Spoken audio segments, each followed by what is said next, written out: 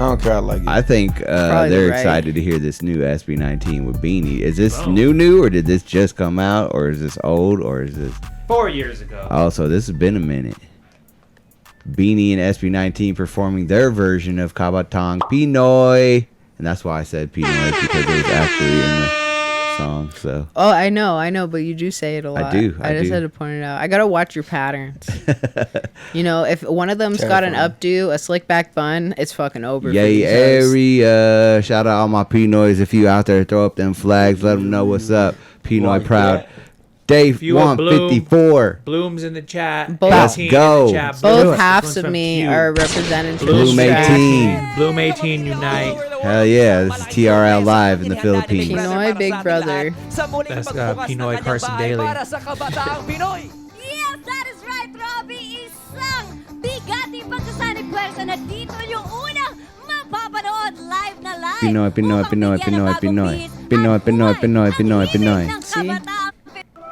Say it a lot. That's in the SB19 song. Whoa, this stage kind of looks like Meow Wolf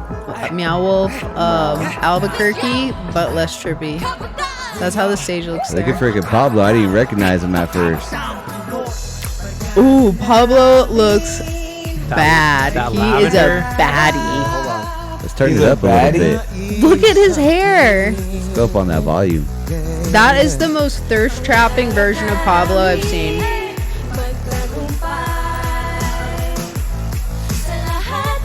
This is early BINI. This is before they went on Bad Bitch 1000.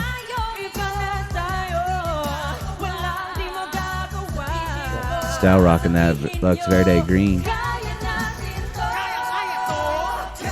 All of these colors are so out of their palette.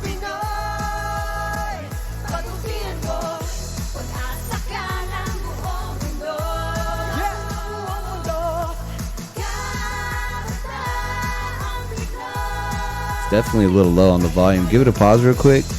One thing I want to say is how crazy it is to see what a difference watching them perform live here 4 years ago compared to when we watched them earlier doing Crimson in that Coliseum with the crowd going crazy. It's a big ass difference, bro. It's a huge difference in such a little bit of time. I mean, SB19's been doing it the past 5-6 years. This is 4 years ago, so they were still kind of finding their vibe, and now where they're at, it's just their sound and attitude is up 300%. Absolutely, for sure. Well, and this was before 1Z, so this is when they were still like kind of at the whim of their label, and now they're fully independent and in creative control. So it was a time when they were kind of just, like you said, fighting themselves, but also kind of having to walk that line. True, very true. And so now, like, they're able, like, when you look at their new album, like, how they're able to really just do whatever they want. And, like, even for BINI, they started in 21.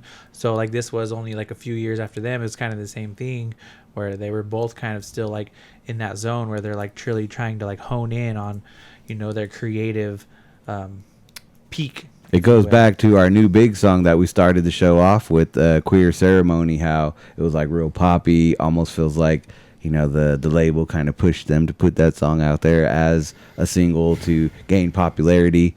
Same thing with this song right here. They're doing their version of a popular song, which is a little bit, looks a little novice, you know what I mean? Like, you could tell they're still kind of finding themselves in this performance. Well, and this was more of a leaning to the BINI genre of the collab, I think, too. Like, this is more on their realm than the SB19. Like, they kind of, I think... True. Like, we were, like, the ones who took, like, the style of it. Like, it's kind of like them on there. But, it's dope. Like, because these are, like I said, these are two powerhouses from the Philippines collabing. Like, basically two of the biggest groups in the Philippines, arguably. Especially to this point. Two that have been the most consistent and that are just gaining the most traction in the industry. And this is what globally PBB community. That's probably like public broadcasting. Now they're doing Coachella and Lollapalooza. Yeah, this was like on PBS. Yeah, exactly. Well, and it's cool because like when you look at BINI, like I think because the last one we did, remember the one of my flexes. Remember, they were like, wow. One of my But flexes. so like, because BINI, one thing that they always do in their videos that I notice is they're very like color coordinated. Like their aesthetic is always like very like how brightly they're all colored. They always have different colors. And then in that video They we got those watched, they were pastels. matching, which was like one of the first times I seen them like all in the same color rather than all kind of having their own distinct color palette. And you can even see that with SB19. They're kind of mimicking the BINI aesthetic with like the super bright, vibrant colors. You know what I'm saying? Yeah, That's came like, I back know what there you're with the red saying, hair looking like but the Mad Hatter. Just for a color analyst's point of view, neons are definitely not in their palette. I like the development of their fashion and staging. It complements them and their skin tone and their aesthetic much more than this. So you can tell how much they've grown just by their stage presence, their attire, and like the attitude is not here. Like BINI commands all your attention when they're on the stage, and this is just like, okay, we're backlining here. Like for this video, for me, this is the first time I've seen BINI throwing it back. You know what I'm saying? Those are like those early 90s colors too. I remember I had some biker shorts that were like a lime green like that. I used to wear them to baseball practice. They're my favorite shorts. I Biker was thinking shorts, they very 90s. like the tight ones. You were showing off your moose knuckle. That's Yeah. sick as fuck. my moose tail. they used to call him Moose Knuckle Joel. No, they didn't. It was Joel. But let's go. This is BINI. Stop. You're the one who brought that up. You volunteered that. I did.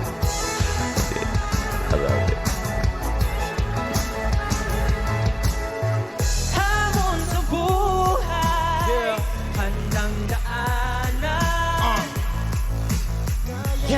Say,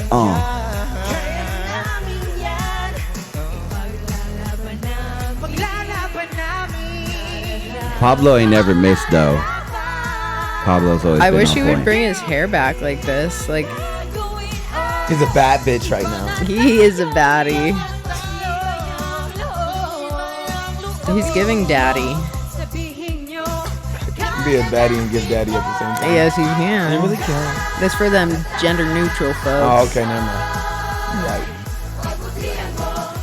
That's what I'm doing over here. You got it.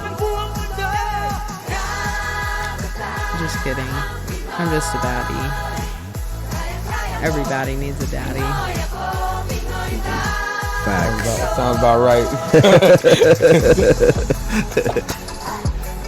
I'll co-sign on that. for sure. Every daddy needs a baddie. Man, bro, man. It was good the way it was. Don't play on things.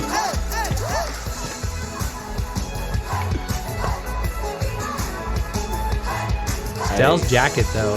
Hey. There's a lot of information coming in the chat. What in the chat GPT?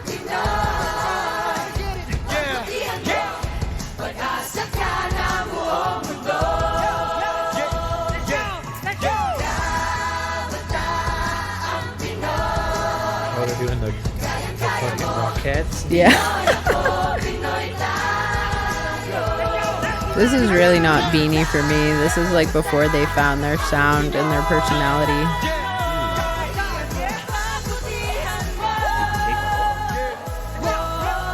I think that's the first time I like gave anything but positive feedback. Well, this is like a cover. Yeah, but if you cover something, you can still adjust it to be within your style and attitude and aesthetic. The label said no. Mm-hmm. What I think happened.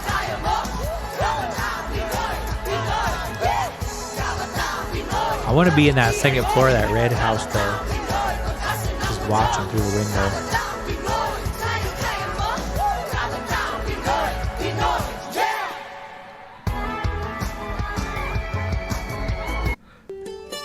And since this was like early in their career, I feel like sometimes it's necessary to do these songs, do these performances to get a young following, because in the end, when you're creating music, a lot of the times it's the younger people that are playing your song on repeat.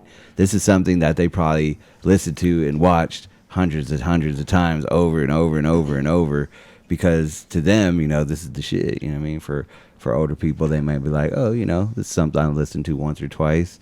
But good energy, good vibes, and it looks like, are we still watching? Yeah, we're still Why did watching. you pin that? On the TV there. We're still Deryk. watching on TV. Deryk. Oh, whoa, whoa. You need to change that setting, honestly. But it's interesting, like I said, to see how far they've come, to see SB19 and BINI 4 years ago doing these types of events, doing these types of live performances, to now where they're at Lollapalooza, Coachella, just absolutely crushing. So big ups to them. Much love to BINI. Yeah. Yeah, big ups to 13 of the most talented artists coming out of the Philippines. 13 of them. It's a lot of talent, a lot of beauty, a lot of colors. And yeah, like they said, you know, I don't know much about this, like what this song like represents, you know, but obviously they said it's a youth anthem. Yep. And, you know, like it's like a psychology fact that the music that you listen to, like as your brain's develop as a teenager, is the shit that really sticks with you and you become really like attached to, you know, it like brings back those endorphins. Like music is one thing that is so like, you know, I could hear a song, right? Maybe I didn't even like this song at the time it came out, but then I could hear a song years later and it brings me back to that moment, maybe a great time in your life. You're like, damn, I really just wanted it to drive off like, a cliff. It's right like there. so linked to your memory and just it brings you back there. And so, Nostalgic you know, to feelings. Two Fly's point, like, you know, it's very important because the youth, you know, like me, like why I got into music, obviously when I was younger, like teenager, like that's all the shit that really stuck with me, and I keep learning new music. But like, there's nothing like hearing those songs that you can remember, like when you were a teenager, when you were coming, when you were at a point in your life when you were still figuring things out, and music was probably, you know, something that really needed. Maybe you didn't have a good home situation, maybe, you know, you didn't have good role models, and music was like your escape. Music was your role model. Music was what like led you out of the darkness, you know, and that's what this is kind of like what I feel like is made to do, basically. And you know, and then you keep those because the young people keep living, you know, and then you'll carry those fans through generations. L-I-V-I-N. You don't want, like if you're like 60, you know, you ain't gonna be around too much longer. You know what I'm saying? I can really relate to what you're saying. You know, I was raised by a cat, and that's how I got really into emo music, and I was bullied for it super hard. That's crazy, actually. But now it's like really popular. And I'm like, no, y'all don't get to enjoy this unless you are discriminated against. Well, you know, there's actually a pretty solid reason for that, right? It's because now the teenagers, they're into that music because that's what their parents are listening to. No, that's not how that works. No, it is, because like if you look at like that music, the people who were teenagers when that music came out, now those are like your people in like their 30s who have teenagers, and so they are listening to what their parents are listening to in the same regard, where they're hearing that and it's like resonating with them, because there was a gap where that wasn't happening, and now it's because of like the generational spot we're in. And not only that, but it's reinventing shit tue, We like can doing revisit covers, this. redoing movies, Actually, he redoing is kind of right, songs. because I got a 14-year-old daughter, and Shabby, they redid like was it like Crank That in a different way to where it went viral again. That's like, how do you The know this song? metal Like, how the fuck version? you know this song? Type shit. Like, You talking about like the metal cover? I don't know what it was, but she was asking me how do I know about that. Well, even I to know go the back Screamo even cover. before That's that, so good. I mean, when I was young, looking at this with SB19 and BINI, it reminds me of like, I don't even know how old I was, but there was a song called "Hey Mickey, You're So Fine." Ooh, And yeah. "Hey Mickey, You're So Fine." I would literally listen to that song over and over and over and over, and even watching the video, because it had that appeal. It was like, I'm sure for my parents it was probably super annoying because I would play it, you know, repetitively, but for me, I was like, this is an anthem right here. Like, not only because it was a catchy song, but also because that was my nickname, Mickey, growing up. So I thought they were talking about me. I was like, oh shit, I am pretty fine, ain't I? I am pretty fine. How many names gotta do you memorize have? this. You're coming up on quite Two slight flap over and high here. I side. got a lot of nicknames. Mickey was one of the first nicknames I ever had from my mom. So shout out moms. Makes up lore, bro.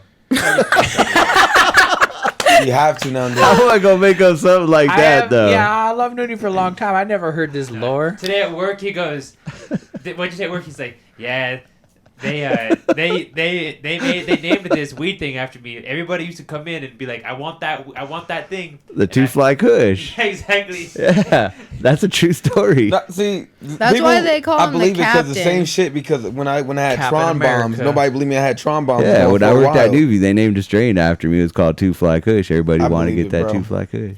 That's just two delusional people agreeing with each other. Only Bay Area niggas on the couch. I doing say, that. it must be a like Bay- it little must be a jealousy Bay come thing. from these Yeah. Pueblo Juice boys, WRLD right? right? hands His clapping his whole you life. again. They never had a Name strain shit named about after it. them. He only got in fight with lesbians. Destruction. Juice, You're worry about it, fighting bro. the lesbians now? No, it was him. But we're not Oh. gonna get into it. We've You're been, gonna, you're gonna lose. Yeah, I You're say, gonna lose. you don't Some fight butch bitches will lesbians. fuck you up You and get- down the block. You get beat down by lesbians. If you like this video, you're gonna love this one. Click here to keep watching.